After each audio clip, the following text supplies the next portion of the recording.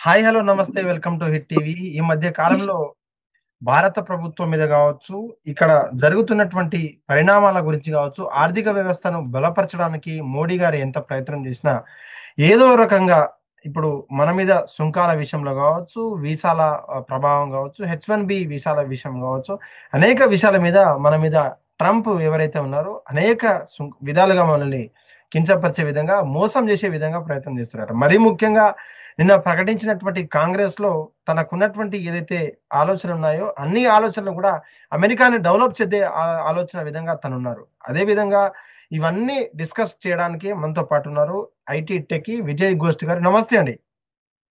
నమస్తే sir. Sir ముఖ్యంగా చెప్పండి, భారత ప్రభుత్వానికి విధిస్తున్నటువంటి సుంకాలు, టారిఫ్స్ ఇదంతా సరిపోకుండా నిజంగా దాదాపు కొన్ని కోట్లకు పన్నాగం పన్నినటువంటి ట్రంప్ విధానం, ముఖ్యంగా హెచ్-1బీ వీసా మీద మనం ఎలా చూడొచ్చు సార్ ఒక్కసారి?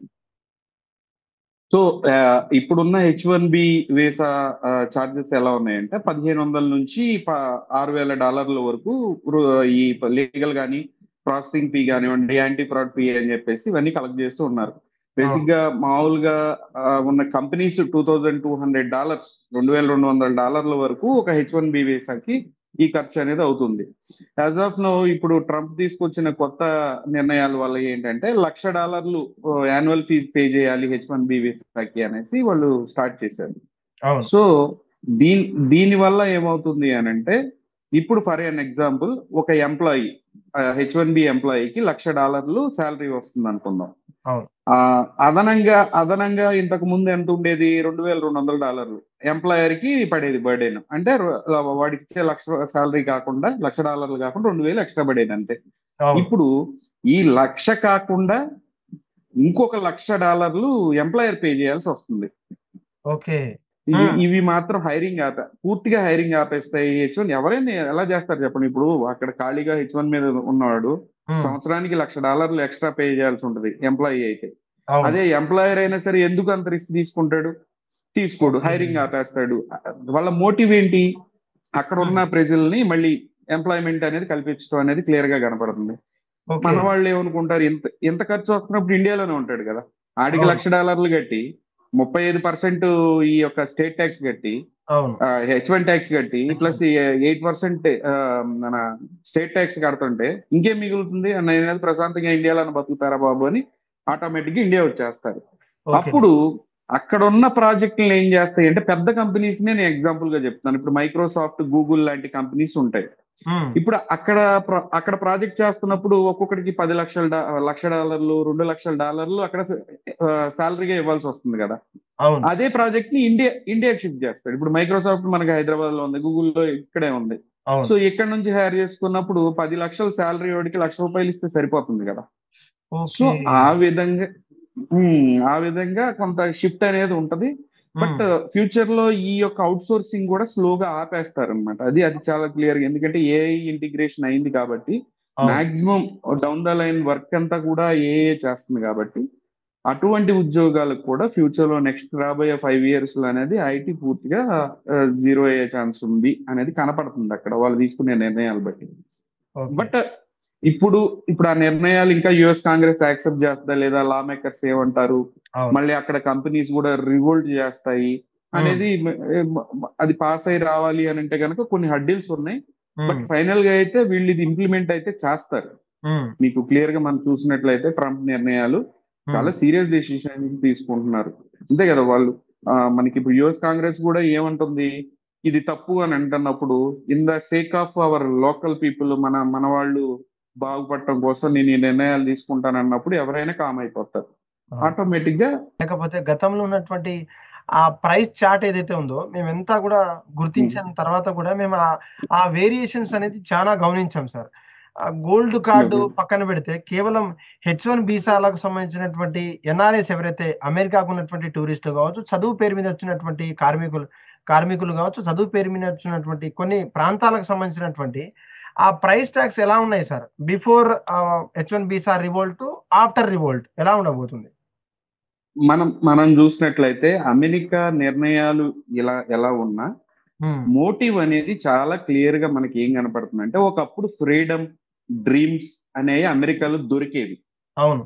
ఫ్రీడమ్ కానివ్వండి, డ్రీమ్స్ కానీ ఏమన్నా మన కళని సార్థకం చేసుకోవాలంటే అక్కడికి వెళ్తే డాలర్స్ లో వస్తాయి, 80 రెట్లు 60 రెట్లు వస్తాయని, అక్కడ ఎక్కువ డబ్బులు వస్తాయి కాబట్టి వెళ్ళే వాళ్ళు అవన్నీ డ్రీమ్స్ అన్నమాట, అమెరికన్ డ్రీమ్స్. ఓకే. నౌ ఆ ట్రంప్ ఏం చెప్తున్నాడు, మీ డ్రీమ్స్ అన్ని కొనుక్కోండి అంటున్నాడు. ఇప్పుడు అమ్ముతున్నారు అనమాట డ్రీమ్స్. ఇంతకు ఓకే. ముందు మనం సాధించుకునే వాళ్ళం, కష్టపడి సంపాదించుకునే వాళ్ళం. బట్ ఇప్పుడు ఏంటంటే కొనుక్కోండి అని అంటున్నాడు, దానికి ఒక ప్రైస్ ట్యాగ్ పెట్టాడు. ఆ ప్రైస్ ట్యాగ్సే మనం చూసినట్లయితే ఈ గోల్డ్ కార్డ్. ఈ గోల్డ్ కార్డ్ లో ఏంటి మెయిన్, ఆ గోల్డ్ కార్డ్ ఎక్కడికి లీడ్ చేస్తుంది అంటే పాత్వే టు సిటిజన్షిప్స్ అనేవి వస్తాయి దీని ద్వారా. అవును. అది వచ్చేసి 1 మిలియన్ నుంచి $2 మిలియన్ పెట్టాడు ప్రైస్ ట్యాగ్. అట్ ద అవును. సేమ్ టైం మనం ప్లాటినం కార్డు తీసుకుంటే 5 మిలియన్ ఉంది. ఉమ్, సో ఉమ్. 5 మిలియన్ ప్లాటినం కార్డులు ఏంది, 270 రోజులు అమెరికాలో స్టే చేయొచ్చు. ఎవరు? Ultra rich. Ultra rich. 5 మిలియన్లు, 2 మిలియన్లు పే చేసేది ఎవరు? మధ్యతరగతి వాళ్ళు అయితే కాదు. ఓకే. రూపంలో, ఈ కన్వెన్షన్స్ రూపంలో ఈ డబ్బులు అనేవి వీళ్ళు ఈ రకంగా తీసుకుంటున్నారు, ఈ వీసా ఈ యొక్క కార్డుల పేరు మీద. మీకు కనపడుతుంది కదా ఈ ఈ కార్డ్స్, ఈ ప్లాటినం కార్డ్ కానీ గోల్డ్ కార్డ్ కానివ్వండి, ఇవన్నీ దానికే ఆ దారి తీస్తూ ఉన్నాయన్నమాట. So okay. ఇవన్నీ సామాన్యుడికి ఇక అందుబాటులో ఏమి ఉండవండి. మాక్సిమం ఒక గ్రేట్ మైగ్రేషన్ అనేది ఒకప్పుడు అమెరికాలో జరిగింది. మన ఉమ్. దేశమే కాదు, చాలా దేశాల నుంచి అమెరికన్ డ్రీమ్స్ ఎత్తుక్కుంటూ వెళ్ళారు. నౌ మళ్ళీ ఇంకో గ్రేట్ మైగ్రేషన్ రాబోతుంది. ఆ గ్రేట్ మైగ్రేషన్ లో ఏంటంటే అల్ట్రా రిచ్ తప్ప, ఉమ్. ధనవంతులు తప్ప, దాన్ని ఎఫర్ట్ చేయగలిగిన వాళ్ళు తప్ప, మిగిలిన వాళ్ళందరూ ఇండియా అయితే ఇండియా, చైనా అయితే చైనా, ఏ దేశ పౌరులు ఆ దేశానికి మళ్ళీ రిటర్న్ అయిపోతారనేది చాలా క్లియర్ గా కనపడుతూ ఉంది. Okay sir. అంటే ట్రంప్ విధించేటువంటి సుంకాల బెదడ ఎప్పుడు మనకు ఉన్నప్పటికీ, ఈ యొక్క అదనంగా ఉన్నటువంటి ఎవరైతే ఊహాజనకమైనటువంటి ప్రశాంతత కోసం వెళ్తాం, లేదంటే మీరు చెప్పినటువంటి లగ్జరీస్ లైఫ్ లీడ్ చేయడానికి గత 10 ఏళ్ళు కావచ్చు, 20 ఏళ్లుగా అనుకునేటువంటి వాళ్ళని ఆ డ్రీమ్ ప్రాజెక్ట్‌లు కావచ్చు, డ్రీమ్‌లో ఉన్నటువంటి వాళ్ళను సొంతం చేసుకొని పోతున్నారు. కానీ మరి గెలవక ముందు ఏదో భారత ప్రభుత్వానికి ఏదో వ్యతిరేకంగా కావచ్చు, ఇతర దేశాలకు వ్యతిరేకంగా అని చెప్పని కూడా ఓన్లీ ఇండియన్ కోసం, ఓన్లీ అమెరికా కోసం మాత్రమే నేను పనిచేస్తాను. మన దేశం ఫస్ట్, అమెరికా ఫస్ట్ అనే నినాదం. కానీ అట్లా చేయడానికి ఎన్నో కారణాలు ఉండొచ్చు. డెవలప్ చేయడానికి ఎన్నో రీజన్స్ ఉంటాయి ఇంకా. కానీ ఇదొకటే విషయమా అని అంటే ఏంటి సార్ అసలు ట్రంప్ విధానం ఎలా కనపడుతుంది? మనం ఎలా చూడొచ్చు దాన్ని? ట్రంప్ విధానం మంచిదే కదా, వాళ్ళ లోకల్స్. ఇప్పుడు అది అమెరికా, ఓకే. ట్రంప్ దానికి ప్రెసిడెంట్, అవును. అది వాళ్ళ దేశం. మన హ్మ్. వాళ్ళు మనం వెళ్ళి మనం ఏంటి హక్కులకు పోరాడుతున్నాం. మన ఓకే. హక్కులు మనం ఎక్కడ పోరాడుకోవాలి? మన దేశంలో.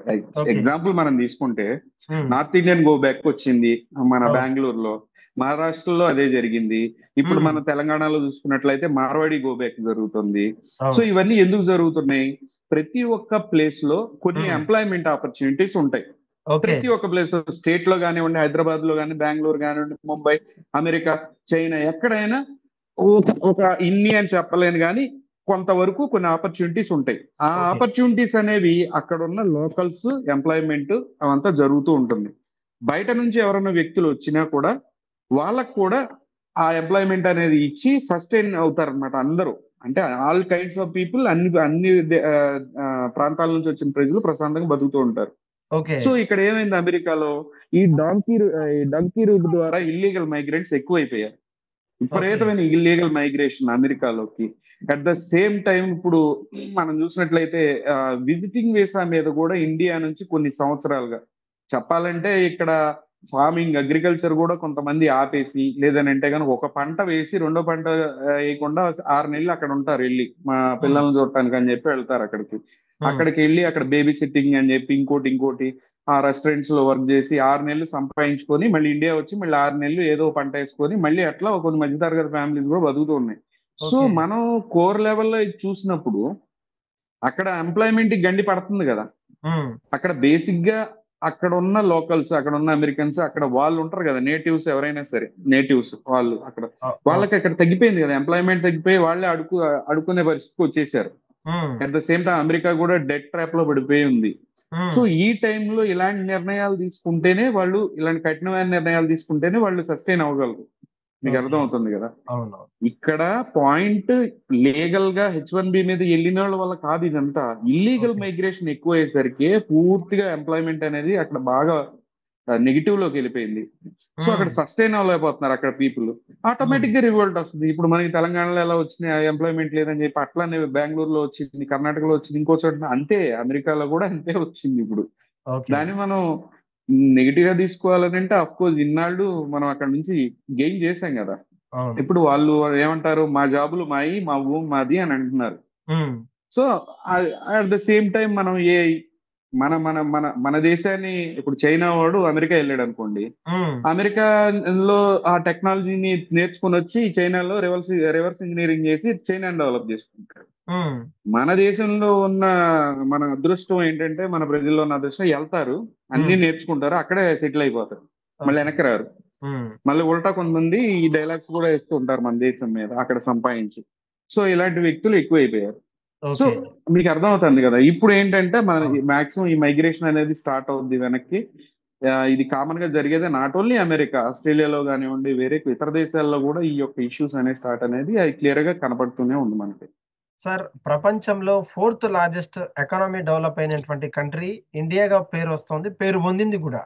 కానీ మీరు ఇప్పుడు చెప్పినట్టు విధంగా ఇప్పుడు కుహానా కాకులు ఎవరైతే మాట్లాడుతున్నారో మన దేశం గురించి కావచ్చు, దేశభక్తిని చాటేటువంటి ఇంజనీర్ నుంచి మొదలు పెడితే కార్డియాక్ డాక్టర్లు కావచ్చు, మల్టీ స్పెషాలిటీ డాక్టర్లు కావచ్చు, సాఫ్ట్వేర్ ఇంజనీర్ కావచ్చు, అక్కడే మొత్తం సెటిల్ అయ్యేటటువంటి ఫ్యామిలీస్ కొన్ని ఉంటాయి.